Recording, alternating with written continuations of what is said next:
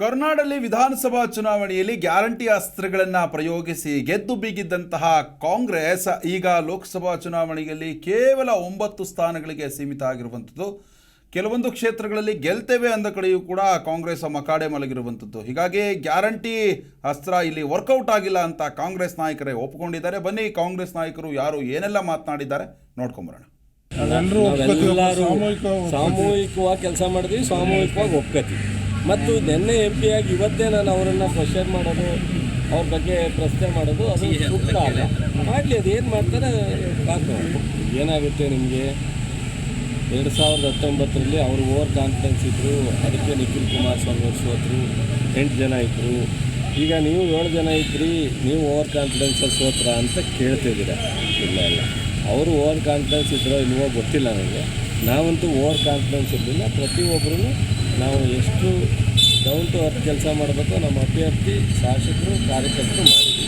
ಪ್ರಾಮಾಣಿಕವಾಗಿ ಚುನಾವಣೆಯನ್ನು ನಡೆಸಿದ್ದೀವಿ. ಆದರೆ ಸೋಲನ್ನು ಭಾಷಣ ಮಾಡಬೇಕಾದ್ರೆ ಹಲವಾರು ಬಾರಿ ನಾವು ಹೀಗೆ ಮಾತಾಡ್ತೀವಿ, ಇಲ್ಲಿ ಹೇಗೆ ಓಟ್ ಬರ್ತದೆ ನಾನು ನೋಡ್ತೀನಿ ನಮ್ಮ ಕ್ಷೇತ್ರ ಅಂತ. ಈಗ ಪ್ರದೀಪ್ ಈಶ್ವರು, ಸುಧಾಕರ್ ಅವರು ಸಿಟ್ಟಿಂಗ್ ಮಿನಿಸ್ಟರ್ ಇದ್ದಾಗ ಸೋಲಿಸಿದ ನಿಜ ಅಲ್ವಾ? ಅದು ನೋಡಿ ಅವ್ರವ್ರ ವೈಯಕ್ತಿಕ ವಿಚಾರ ಇದೆ, ಅದೆಲ್ಲ ಅಪ್ರಸ್ತುತ. ಈಗ ಸರ್ಕಾರ ಯಾರು ರಚನೆ ಮಾಡ್ತಾರೆ, ಯಾವ ನೀತಿಗಳ ಮೇಲೆ ಹೆಸರೇ ಆಗುತ್ತೆ, ಅದು ಮುಖ್ಯ. ಮನೆ ಮೇಲೆ ಕಲ್ತೂರಾಟ ಕೂಡ ಇದೆ ನೋಡಿ, ಯಾರೇ ಇರ್ಬೋದು, ಸೋಲು ಗೆಲುವು ಒಂದು ಚುನಾವಣೆಯಲ್ಲಿರ್ತವೆ. ಗೆದ್ದ ತಕ್ಷಣ ನೀವು ಸರ್ವಾಧಿಕಾರಿ ಅಂತಲ್ಲ, ಅಥವಾ ನೀವು ದೇವರು ಆಗಲ್ಲ. ಹೀಗೆ ಕಲ್ತೂರಾಟ ಮಾಡೋದು ಅಥವಾ ವೈಯಕ್ತಿಕವಾಗಿ ನಿಂದನೆ ಮಾಡೋದು ಅದೆಲ್ಲ ಸರಿಯಲ್ಲ ಅಂತ ನನ್ನ ಅಭಿಪ್ರಾಯ. ಗ್ಯಾರಂಟಿ ಹೊರತಾಗಿದೆ, 2 ಪಾರ್ಟಿ ಒಂದಾಗ್ತದೆ ನೋಡಿ, ಅದರಿಂದ ಇದು ಅನುಕೂಲ ಆಗಿದೆ. ಎಲ್ಲ ಕರೆಕ್ಟಾಗಿ ಕೆಲಸ ಮಾಡಿದ್ದಾರೆ. ಕಾಂಗ್ರೆಸ್ ಬಂದಿದೆ, ಇನ್ನೂ ಸ್ವಲ್ಪ ಜಾಸ್ತಿನೇ ಬಂದಿದೆ. ಉದಾಹರಣೆ ದೇವನಹಳ್ಳಿಯಲ್ಲಿ ಹೇಳಿದೆ, 30,000 ಅವ್ರು ಲೀಡಿದ್ರು, ಲೆಕ್ಕಾಚಾರ ಮಾಡಿದೆ, ಅದನ್ನು 5,000 ತಂದಿದ್ದೀವಿ. 25,000 ಓಟು ಮೊದಲು ಏನು ಬಂದಿತ್ತು ಅದಕ್ಕಿಂತ ಹೆಚ್ಚಿಗೆ ಕಾಂಗ್ರೆಸ್ಗೆ ಇವತ್ತು ಬಂದಿದೆ. ಯಾರ್ದು ತಲೆದಂಡ ಆಗೋ ಅವಶ್ಯಕತೆ ಇಲ್ಲ. ಯಾಕಂದರೆ ಯಾವ ಕ್ಷೇತ್ರದಲ್ಲಿ ಕೂಡ ಕಾಂಗ್ರೆಸ್ ಓಟ್ ಕಡಿಮೆ ಆಗಿಲ್ಲ. ವೆರಿ ಕ್ಲಿಯರಾಗಿ ಹೇಳ್ತೀನಿ.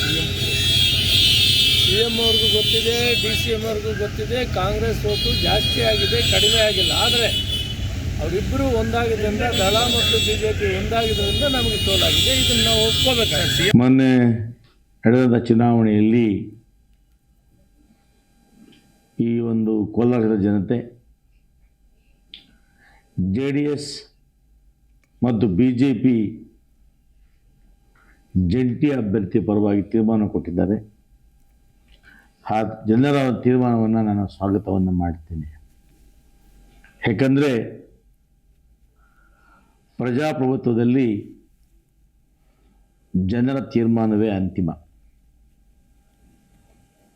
ಇವತ್ತು ಹಿಂದೆ 10 ವರ್ಷಗಳ ಕಾಲ ನರೇಂದ್ರ ಮೋದಿಯವರು ಈ ದೇಶ ಚುಕ್ಕಾಣಿ ಹಿಡಿದಿದ್ದರು. ಈ ಒಂದು ಚುನಾವಣೆಯಲ್ಲಿ ಅವರು ಅನೇಕ ಅಸ್ತ್ರಗಳನ್ನು ಕೂಡ ಬಳಕೆ ಮಾಡಿದರು. ಒಂದು ರಾಮ ದೇವಸ್ಥಾನವನ್ನು ಕಟ್ಟಿರ್ತಕ್ಕಂಥ ಪ್ರತಿಷ್ಠಾಪನೆ ಆಗ್ಬೋದು, ಹಿಂದೂ ಮತ್ತು ಮುಸ್ಲಿಂ ವಿಚಾರವನ್ನು ಇಟ್ಕೊಂಡಾಗ್ಬೋದು, ಮತ್ತು ಈ ಮಾಧ್ಯಮಗಳನ್ನು ಬಹಳವಾಗಿ ಬಳಸ್ಕೊಂಡು ಮಾಧ್ಯಮಗಳ ಮುಖಾಂತರ ಯಥೇಚ್ಛವಾಗಿ ಅವರನ್ನು ಬಿಂಬಿಸುವಂಥ ಕೆಲಸವನ್ನು ಮಾಡಿದರು. ಚಾರ್ಲ್ಸ್ ಓಬಾರ್ ಅಂತ ಹೇಳಿ ಅವರೇ ಜಿ ಕನ್ನಡ ನ್ಯೂಸ್ ಈಗ ನಿಮ್ಮ ಮನೆಯಲ್ಲೇ ನೋಡಿ. ಎಲ್ಲ ಕೇಬಲ್ಗಳಲ್ಲಿ ಈಗ ಲಭ್ಯ.